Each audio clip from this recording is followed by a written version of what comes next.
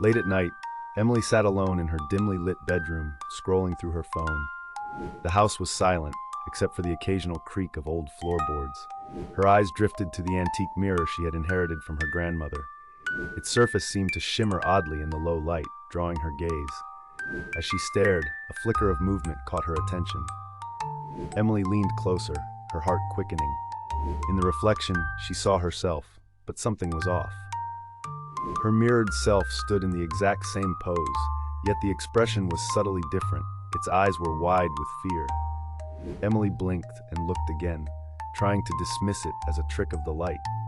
But the reflection remained, staring back with an intensity that sent shivers down her spine.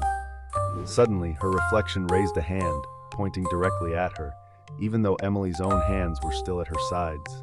Panic surged through her as she realized she was not alone. The reflection's mouth moved silently, forming words she couldn't hear. She turned to flee, but the bedroom door slammed shut on its own. Trapped, Emily watched in horror as her reflection's eyes glowed with a sinister light, and the glass began to ripple like a stone dropped into a pond. The last thing she saw was her reflection stepping forward, reaching out as if to pull her into its world. The mirror shattered, leaving nothing but an empty, silent room.